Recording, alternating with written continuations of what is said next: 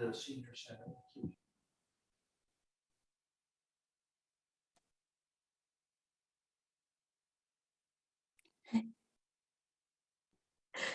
Have a real good time. Thank you for being here. And I'm going to send you a note. I'm coming to Sitka at the beginning of June, and I hope we can get together. Yes, please. Yes. I want to hug another youth services librarian. Anyway. Looking forward to it. Yeah, cool.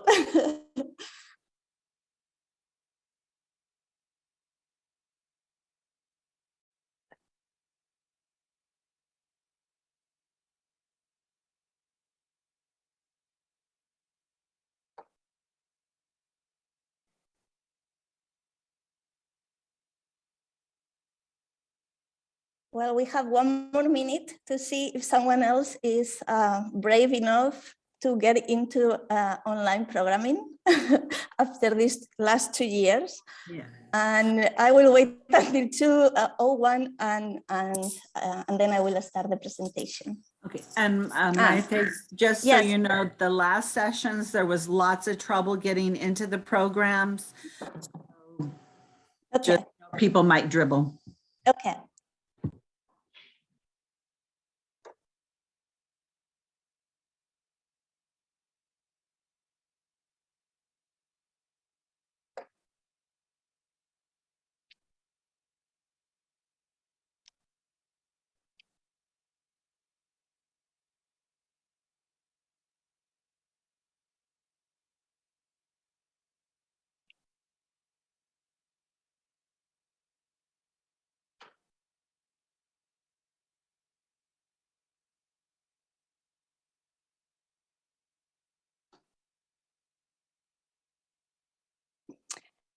Okay, so it's 2:01 and I see, if I am correct, I see Alison, Samantha, and MJ. Thank you so much for sharing this time with me. My name is Maite Lorente and this presentation is going to be is going to focus, of course, on online programming. My goal is going to share a reflection with you, and I would love to hear your reflections as well if you have been doing online programming during these last 2 years. And I want to share a few ideas of programs that I have offered to our community youth, and some of them have been successful, some of them have been a complete disaster, but still I think they are worthy to share. I would like to start with a land acknowledgement. I am so very thankful to live and work on this Tlingit Ani, Gunarchis to the Tlingit and Haida people for resisting the removal of their stories and for honoring and inviting the truth. As I said, my name is Maite Lorente.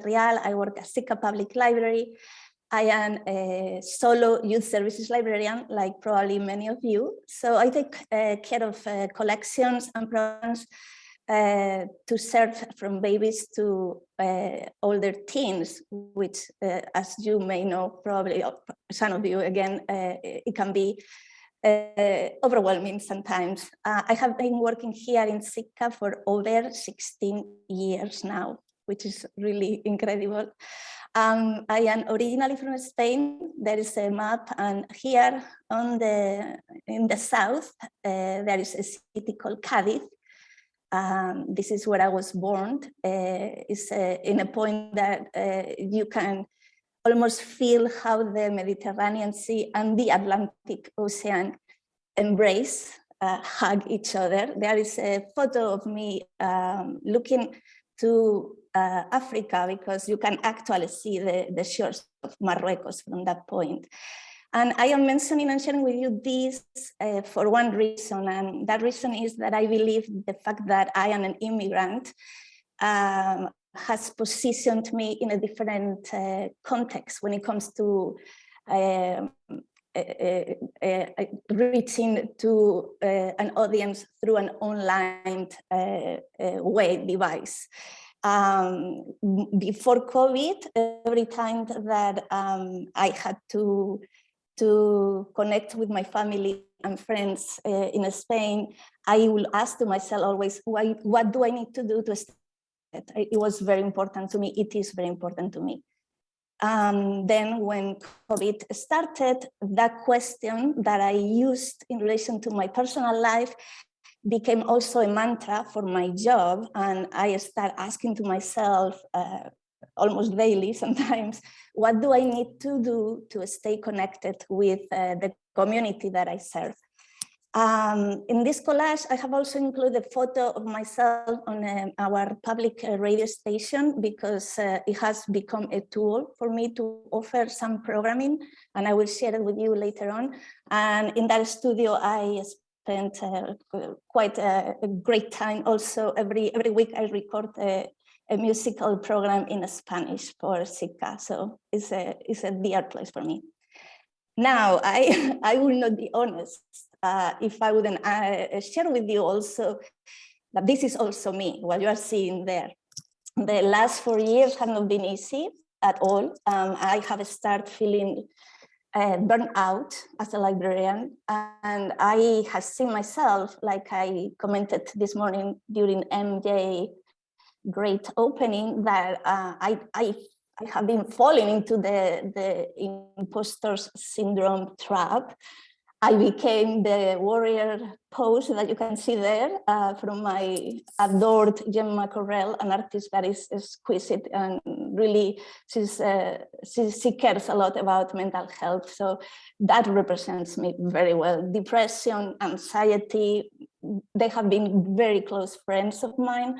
And to the what do I need to stay connected mantra, I had to add a new one that was, what do I need to do to stay healthy and happy in my job? So this is the context where I developed the work that I'm going to share with you today. This is the agenda again for those who are joining us a little bit later. I would like to reflect a little bit about online programming because it's not very popular, and I know that, I understand that. Then we are going to go over a few virtual programs for different audiences. I'm going to share a few resources that I have found very, very helpful. And then if we have time, I would also love to hear from all of you about your experience with online programming, because I do want to learn from you too. Well, too, I don't know if you're going to learn anything, but I am very happy to be sharing all these thoughts with you. I suppose that we could all agree that a few years ago, online programming was almost non-existent. So COVID stopped the world, and the world, including us, had to respond to this challenge, a challenge that actually became a global crisis. I don't need to tell any of you about the fear, the stress, the conflict, and the changes that the pandemic had brought to ensure every one of our communities. But librarians, once again, we just shook out all the difficulties, and we just turn around, look at our communities, and we start planning strategies to respond and to be present. We, like many other people, jumped into this pot of online resources, right, to try to continue making connections.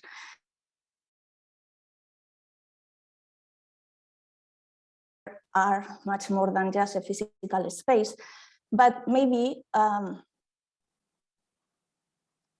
not sure. Are you listening to me? I am getting some messages that my connection is not good.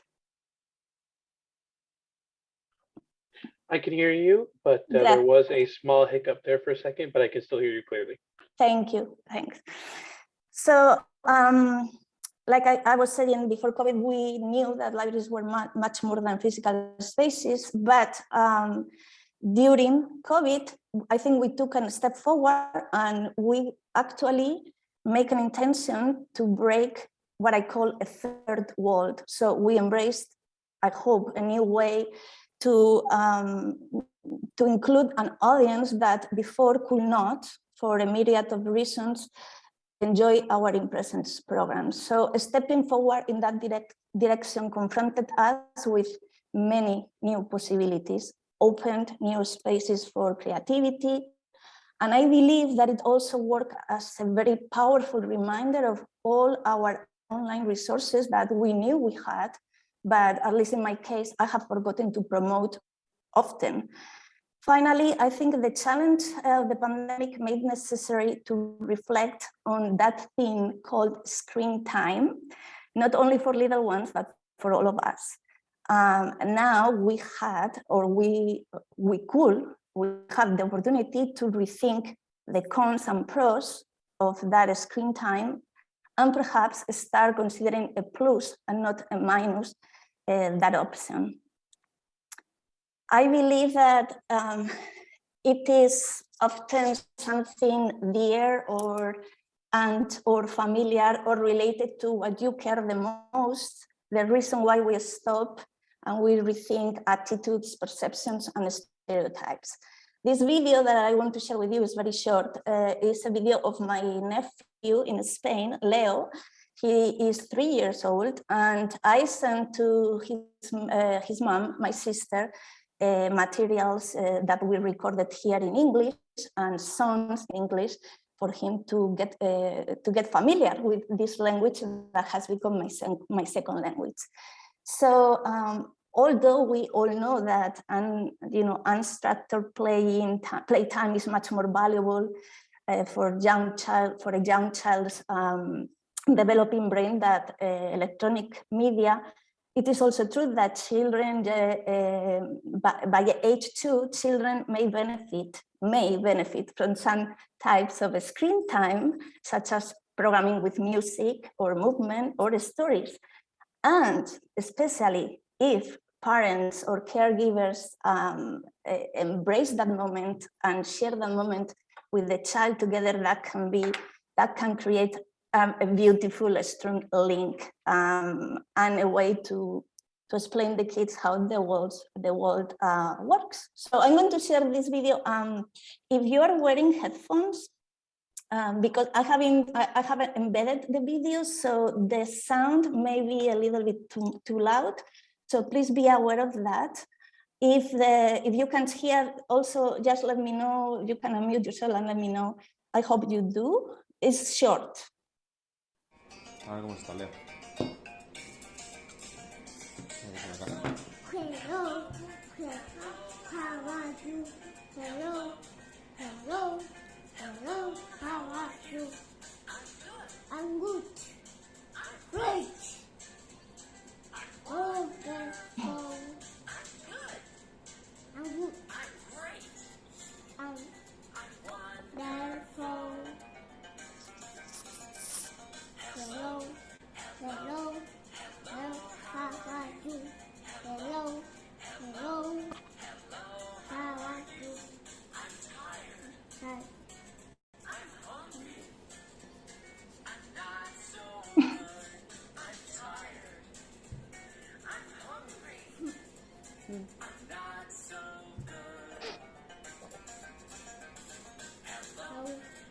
Hello, how are you? Hello, how are you? Hello, how are you? Hello, how are you?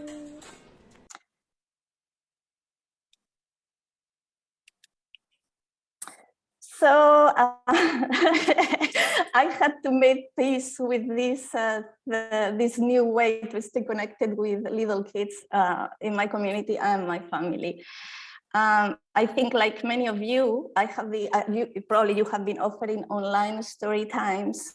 I have been doing that for over 2 years now. We do not have the okay right now to do live story times here in Sitka Public Library, so I'm still pre-recording the story times that I call story quilt, because to me they feel like a quilted blanket, putting together different elements. I must say that I have gone through every stage I'm feeling recording these programs, from anxiety and shyness, because I absolutely hate to see myself on the screen, to having fun, from frustration when nobody clicks like at Facebook when we post the story times, and I have to be seen by the whole community, to a whatever stage of mind. I have gone through everything, but I do have to say, I need to say that I realize now that I have placed myself in a position to be challenged, and I have broken some comfort zone. I have started learning how to edit videos. Now I am much more aware of sound, light, many things. So in a way, I am grateful that we have this opportunity that I still have to use.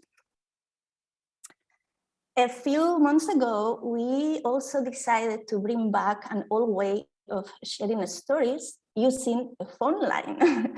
We reached out to our IT department, and they help us to add 2 lines to the library phone system. So now patrons can press a number to listen a story in English and a different one to listen a story in Spanish, like the following one that I'm going to share with you, just a little bit, not much, but so just that you can have kind of a flavor or how they sound. And again, I'm not sure if the sound is going to be okay. I hope so. Let's see.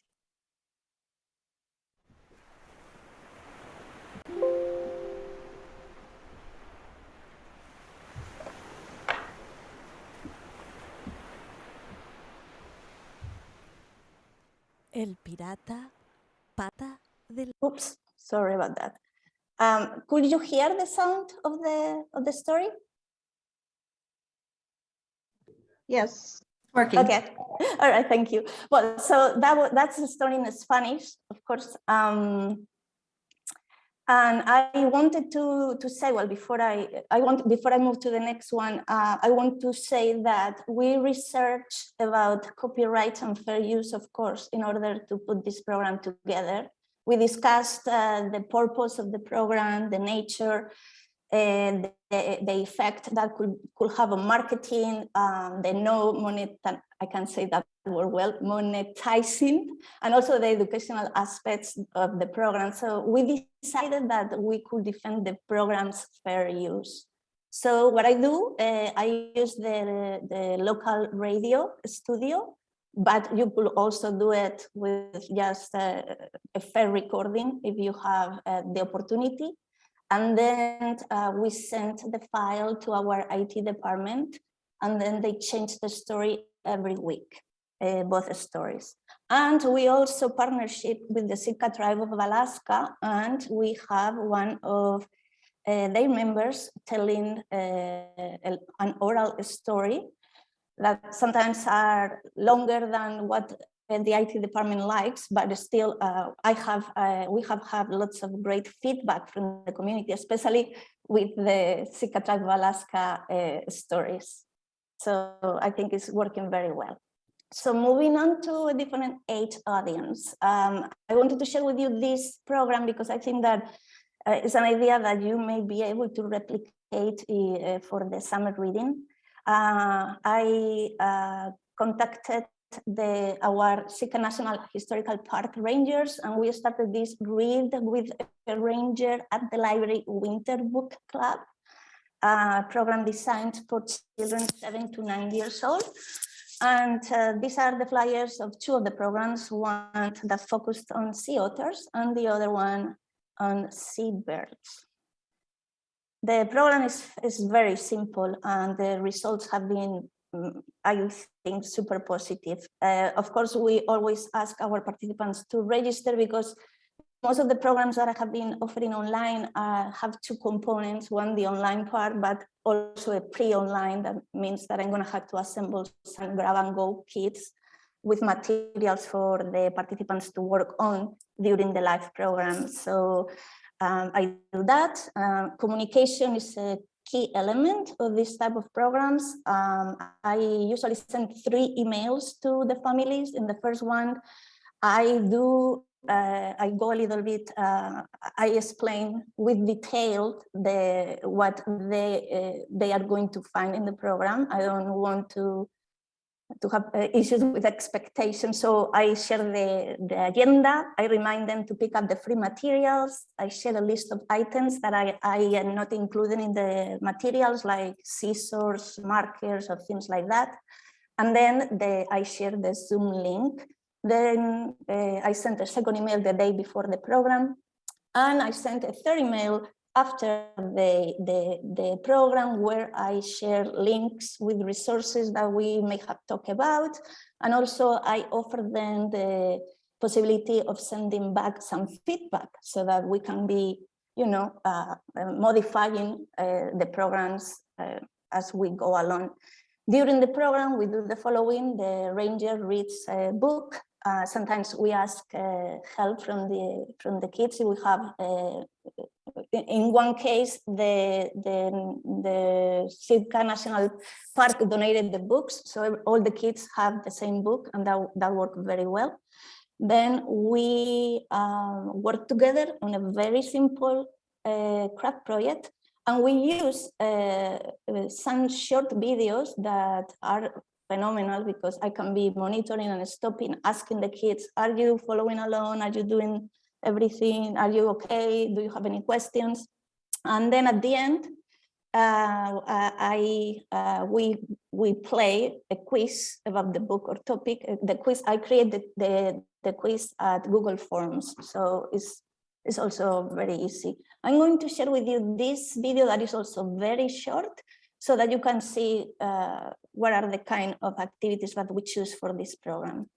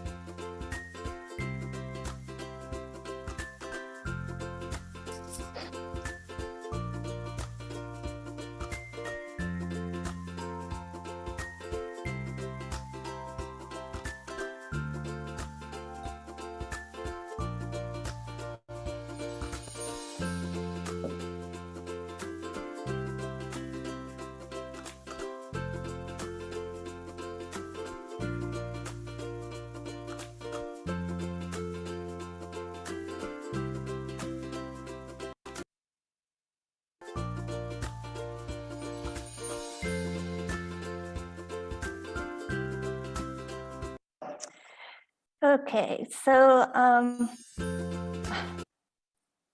moving on to the next program that also was very successful. This is the Choose Your Adventure, an interactive fairy tale adventure online book club for ages 8 to 10. We found out that the cadence of having to work together to choose a direction to continue the story in the book worked wonderfully. The children were very excited about doing this, sharing the reasons why they preferred one option versus another, and it was really beautiful to see them compromising and accepting the group's choice. The type of stories too made the reading, the rhythm really lively and joyful. And we found out that if your budget allows and you can purchase this type of material, the one that we sent with you, you may have the rainforest one. This works fantastically to complement the reading. So we used, for that program, we used the Enchanted Forest. And then children were super excited to share what they were working on, and they could also read aloud part of the chapters of the book. So this is something that I really recommend if you're going to have an online book club. This is another sample of a different Choose Your Adventure book. In this case, it's Pick Your Own Quest. That was also a hit. And once again, we prepared grab-and-go bags with activities that we could explore together during the program. And this time we also offer some healthy breakfast snacks because the program was on a Saturday morning. The time was actually decided by the families. They thought that that was the best time for their kids. I'm going to move to what we call the between age. We used to have pre-COVID a between club that was super active. And during COVID, this group enjoyed a few online craft programs like the do-it-yourself matchbox greeting cards that it was very easy. And also this other collage your own story that it was fantastic. I found that one of my favorite artists, illustrators, Vanessa Bradley Newton, have this channel with with pics or classes of how to work on the collage technique. And we just gave the participants a bag filled with different scrap paper, anything they could use, they could use to create the collage. And then we just follow along to Vanessa Bradley Newton. I'm gonna just play the end of the video so that you can see, because she's, and not only she's an amazing artist, but she's also a great teacher, and she uses a very rich vocabulary that the kids enjoyed. And as you can see, that is a photo of one of the art that one of the participants, Olivia, created during this online workshop. So I'm going to play and see if I can draw the sun with the stars and the moon. I can draw anything. How about you? I can draw the sun with the stars and the moon. I can draw anything. How about you? Ready, set. Oh, I'm sorry. I was trying to move the video, but I can't. All these videos that I am showing, I think I have added them to the resources, so you can find them there, and or you can always email me and I can send you the video, the link, or you can look for it yourself, of course. I really recommend this one. It's fantastic, and see the lady is amazing. This is a program that I call passive online programming that we used a lot the last 2 summers, and using platforms like Instagram or Facebook. We start offering what we called a Twin Teen Thursday Library Challenge. The challenge could be any type of activity, from answering a question to participating in a digital escape room like the one in the sample here.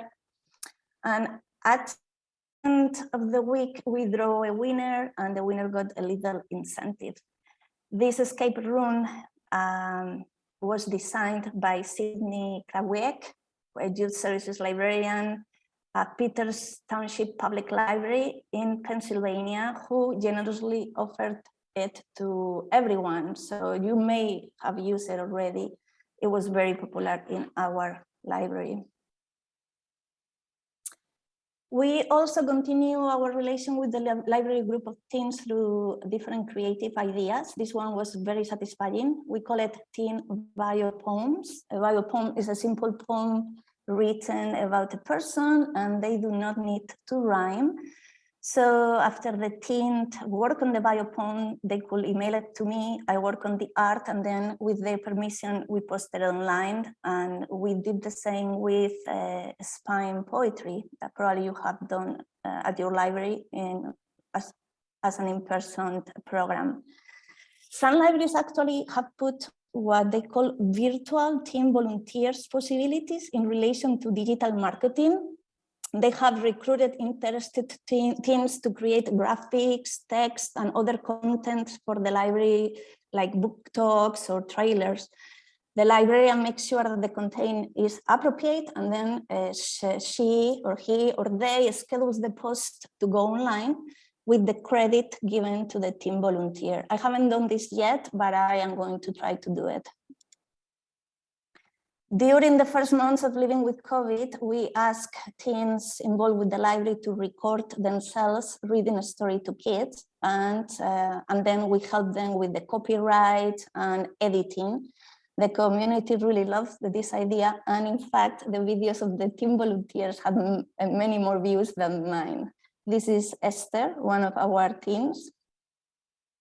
My name is Esther Burdick. And this video is a part of the Sitka Teens Read to Kids project.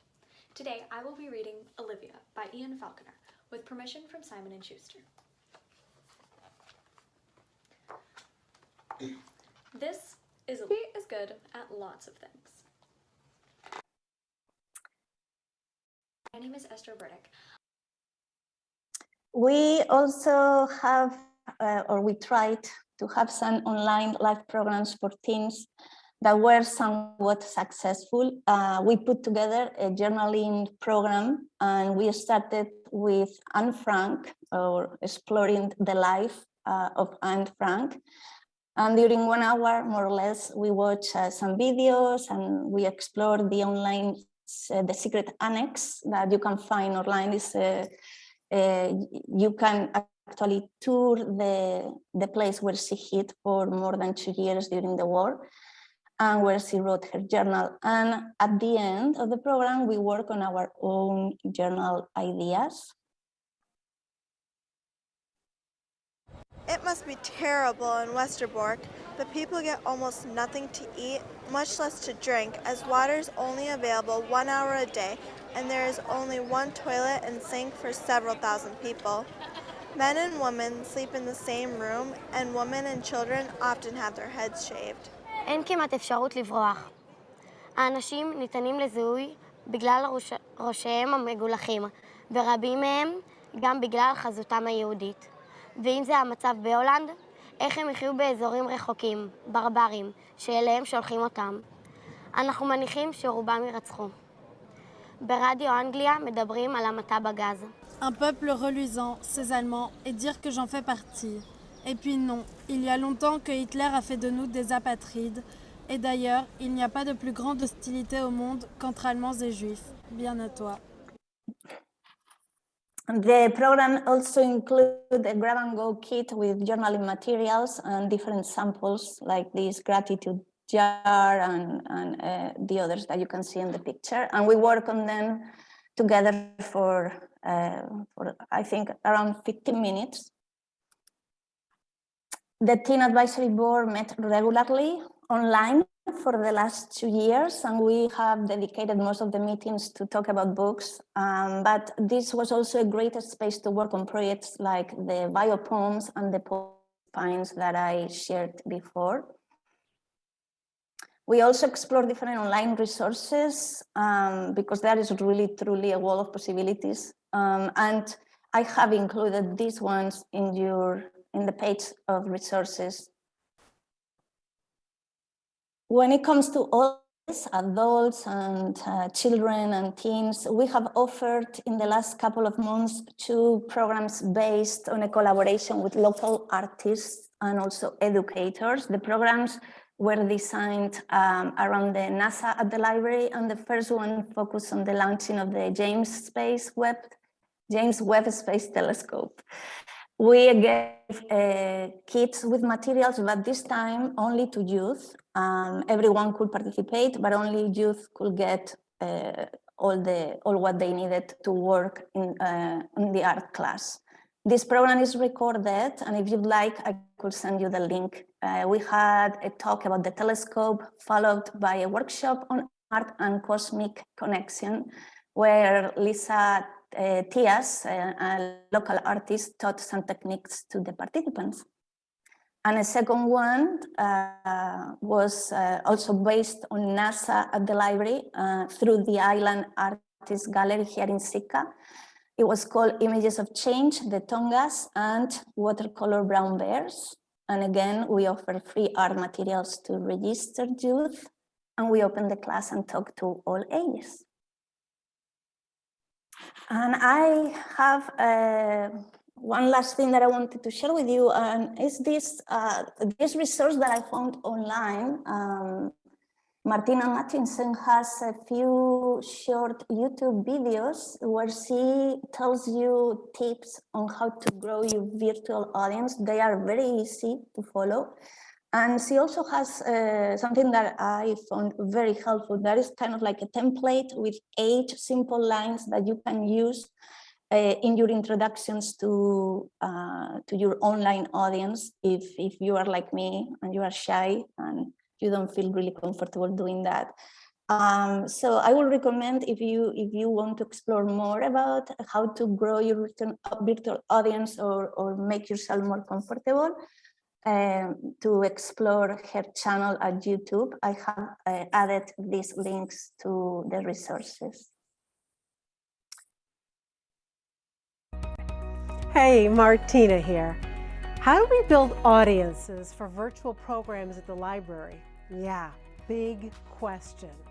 How do we get audiences to know and like and trust this whole new way of experiencing the library programs? How do we get them engaged, connected, and coming back for more?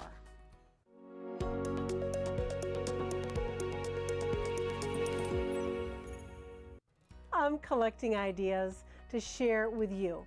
This week, I saw an amazing idea that I just had to get to you as soon as I could. I'm so excited. Oh my gosh.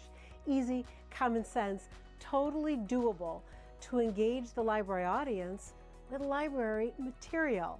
Here's what happened. It was Fountaindale Public Library in Illinois. The programming librarian opened the virtual program like a pro, and then, well, he can tell you in his own words.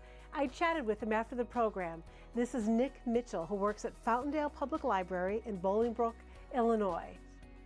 So this was the slide that was created by our reader advisory team and the programming specialists, and they just went through, grabbed some of the pictures that they put up in there with the titles and stuff, and then I would walk through the different titles from the books using some of the descriptions and summaries that I would get from novelists, or just Google if I wasn't able to find it on novelists. Oh, it was just a terrific idea. And how did you actually build this? What did you use to make these images come out and look so good? All of this was done through Google. Google Suites for that. This was just a Google slide that they did, and it was a PowerPoint slide, and I'm assuming they went to Google to get all the, like they used a search to get the different covers, and then the logo on the bottom was created by our communications team. So that's just a slide. It's just a slide. You put it up, and then you just gave a little ditty, a little bit of information each book, and it was just interesting, it was intriguing, and it just made me want to pick up several of those books. And you know, we all did that when we, pre-COVID, when we went and set the books out for people to pick up and go. So this makes so much sense. Yeah. And Nick, I just wanted to thank you. Is there anything else that you wanted to say about this? Yes, I will add this.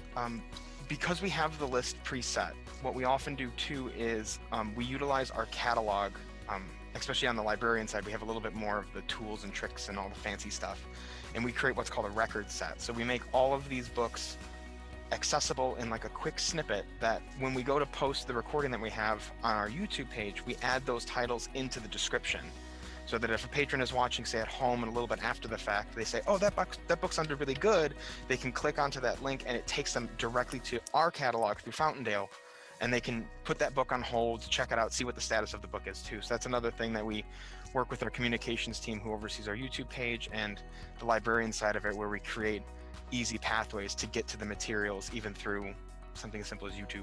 Oh, that's so smart. So this is actually a great idea that I think almost all of us, if we have a Facebook or a social media venue, we could put together, and this will be a great online program. I believe that the theme of this year's summer reading program, Read Beyond the Beaten Path, offers many opportunities for online programming.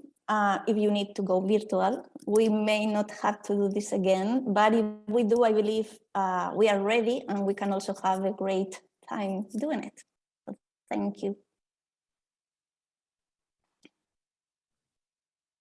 Thank you.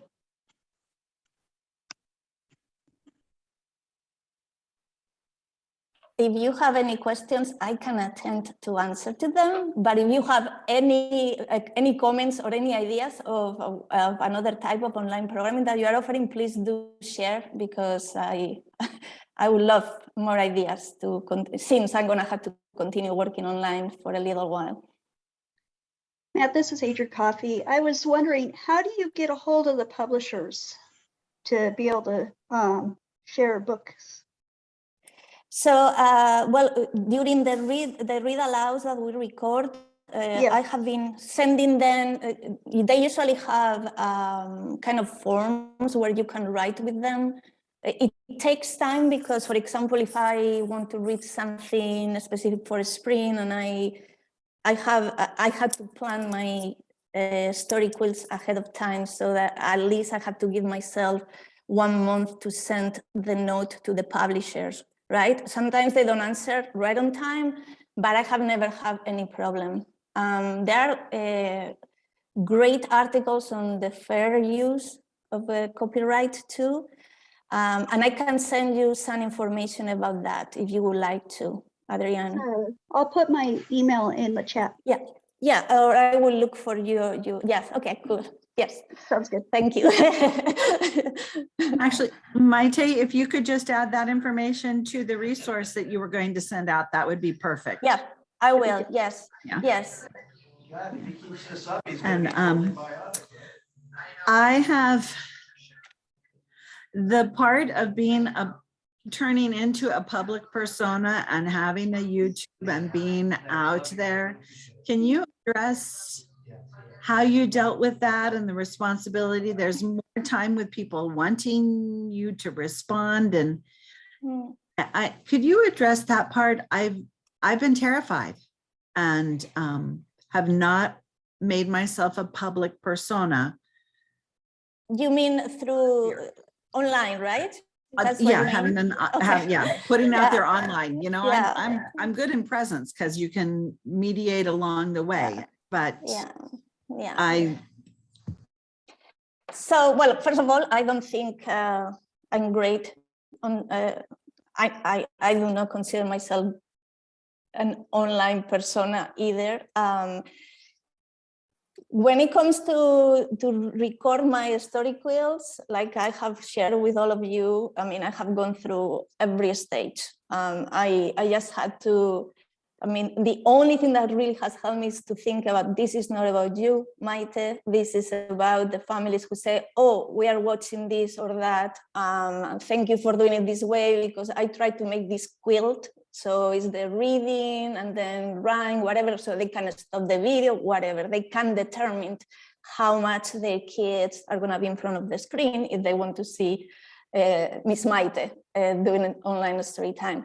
That's one part. The other, the programs with the children, I was very nervous at the beginning for the whole thing about Zoom, using Zoom, you know, security, etc., etc. So I try to have a colleague with me, but Sitka, I don't have any help in the youth service department, so that was not something that I could do forever. So then I had to be very honest with the families who participated first. I mean, that is actually, it's a great, I think one great pro of online program is that I have started a connection with families through email or telephone or whatnot that is pretty close now. And I really adore that. The fact that there is a bi-directional communication, the parents can tell me this work, my kid, etc., etc. So, but I was honest. I said, this is just a solo librarian. I'm trying to continue staying put with programs for children. I know that we are all tired of the screen time, but this is the only way I can do it because I don't have the green card to do in-person programming. They appreciate it and they understand, so the parents actually stick around, and I mean, they are not in front of the camera, it's just the kid, but I know the parents are around in the room, so that is actually very, very neat, very nice.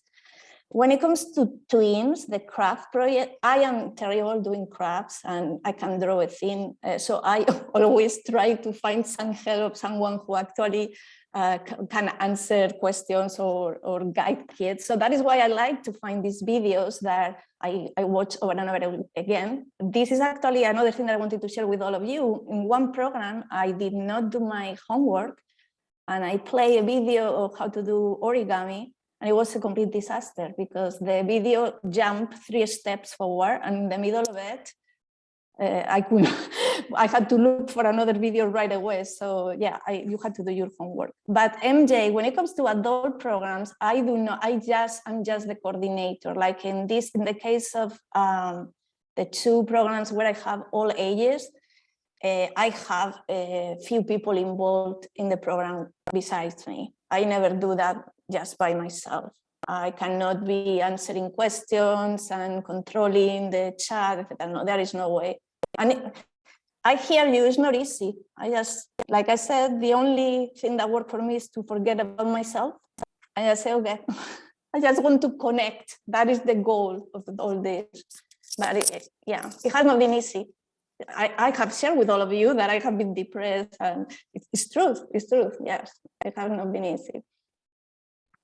I don't know if I have answered to you, but I try.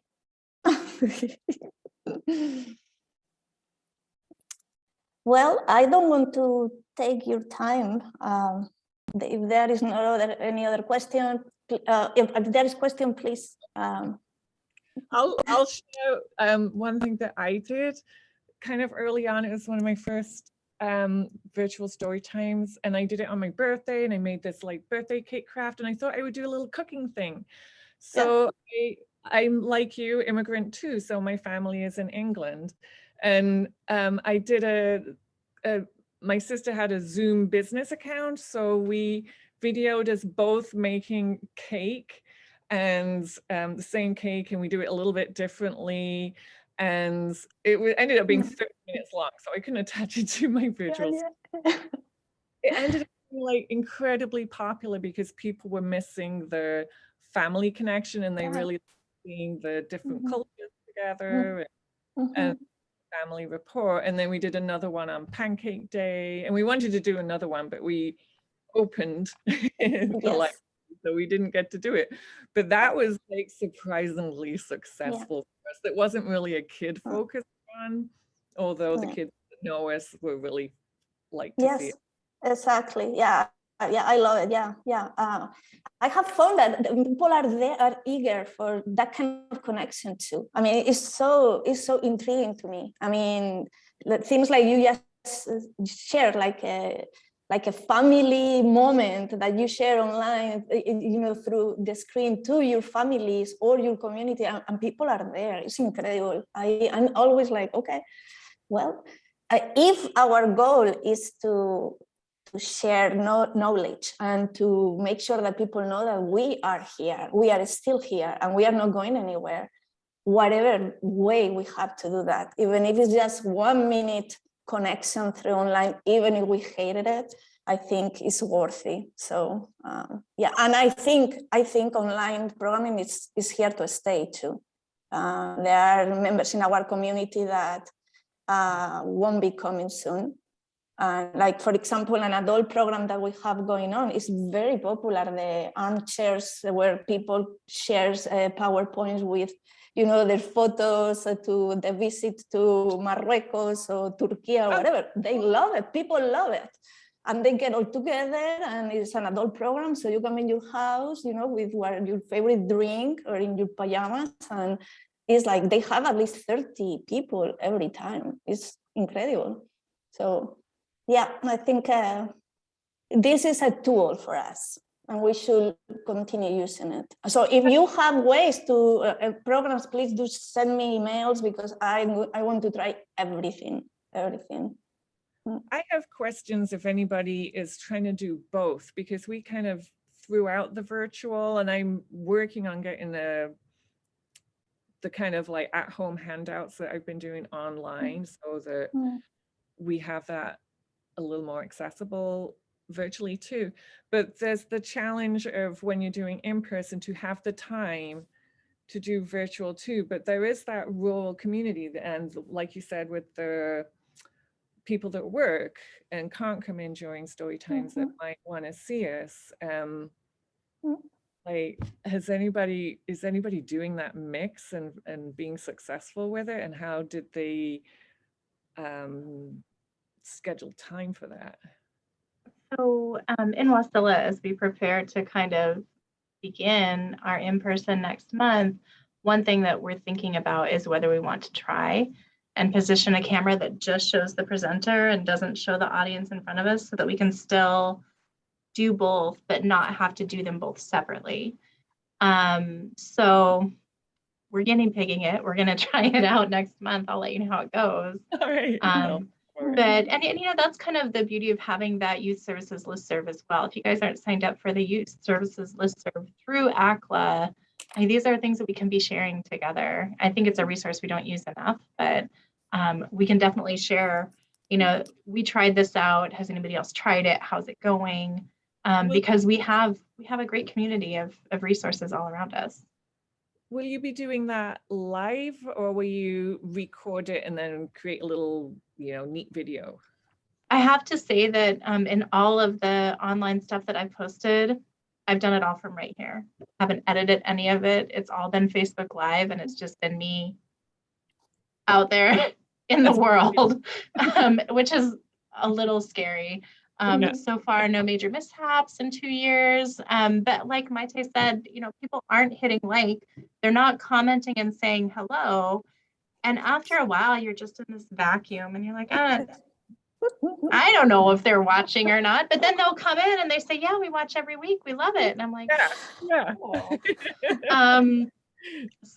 But yeah, I think initially my thought on doing this presentation, I don't think I'd want to do it as like a Facebook Live right there in the middle of the program, because inevitably a child's going to get up in the presenter space. Somebody's going to ask a question that won't translate as well for the audio. But I think, we have some iPads, we have some technology. Potentially we'll just kind of set one up to record it. I'm sure I could figure out how to edit a video. I guess that's something new I'll try. But yeah, as we keep moving through this and keep trying new things, we just got to, like Maite said, try it all and see what works and what doesn't work. But I think initially my idea is that we'll just set up an iPad and record it in the moment, and then I'll use iMovie or something like that to edit it and then put it out there for our viewers who aren't ready or aren't able to be out and about yet.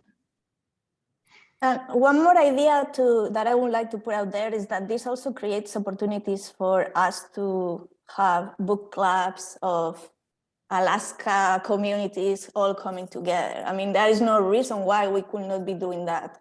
Also, like the recordings that I do, of course, Spanish is my first language. If in your community you have a population that speaks Spanish and you don't have a way to share stories in Spanish, just ask me and I will send you the file with the recording that I have done, and then with the thing that it has to be just 1 week because of the copyrights, etc., etc. But there are ways that we can share resources and also make book clubs more exciting. I mean, why not to have the 5 kids in Nome getting together with the 3 kids in Sitka and the 15 in the big cities that you all those numbers, so nice numbers that you all have, because our communities are like, oh my, 5, don't go. So, but why not? That's a way that we could totally, make our resources available in Alaska. And I don't know, I have always thought why we have not done this during COVID. I mean, it would have been a great time to just, but sometimes when you don't have the power, you just have the idea.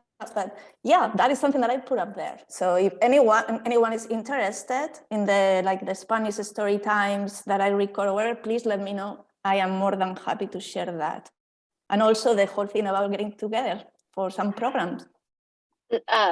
So the beginning chapter book club is sort of the only thing that we have kept virtual because it was working that way. Yeah. That we had tried beginning chapter book clubs off and on for 8 years pre-COVID, and they never consistently hit. We'd have a month or 2 that would be great, and then nothing. But so the developmentally appropriate time for that program is half an hour to 45 minutes. And so we had a packet with like the craft supplies and a lot like you were doing, and the book the kids could take home. And we did that one during COVID, and I signed my own daughter up. And then it kept going, and she kept doing it even after we went back to everything else, because half an hour book club is a 2-hour commitment for our family. By the time I get my kids into the car, I drive there, it's half an hour. I have to stay with my kid in the library. And then of course she's going to browse afterwards. And, you know, by the time it's not a half-hour book club. It is a 2-hour commitment for my family. And I don't have that on Wednesday afternoons. But I can put her on her iPad for her book club for half an hour while I'm cooking dinner or doing something with her sister. And so for that program, that worked. And I think ours is a little bit dissipated because we're having some severe staffing issues right now. But I think we would happily bring it back, and we'd have some Anchorage kiddos. And our book club does not we get 1,000 people at 5 things doing scavenger hunts. We get 6 kids at book club. Like, we're right there with you for That's beginning. awesome. No, it's great numbers. 6 or 8 kids for beginning chapter book club, and we call it a win. But yeah, my beginning chapter club kids would love to talk to your kids in Sitka. We're there. Yes. Yeah, I think we should open that door to our communities for sure. So, and if there is some grant in the Alaska Library Association that can help with this, even better. Well, I haven't said anything. This is not being recorded, okay? Oh, but it is. Well, anything else? Yes, MJ. You have not spoken of your collection, and I just wanted to compliment you. If I'm looking for a book that's been reviewed that I don't know anything about, you have it. And I hope you take your imposter hat off and just shove it. Girl, you outed yourself. You are top of the game leader. So, no. Just saying. When we get all together, this is being recorded, so I'm going to try to not be very Spanish right now. But when we all get together in person, then we'll talk. Yeah. Thank you, though. Thanks. Yeah. In the meantime, all of you. Thank you. Thank you, everybody. Yeah. All right. Well, thanks so much. I thought that I wasn't going to have anyone but Kyle. I didn't want him to have to suffer all this by himself. So thank you. Thanks. Stay well. Gracias. Good night. Thanks, Cheers. Maite. Yeah. Ciao, ciao.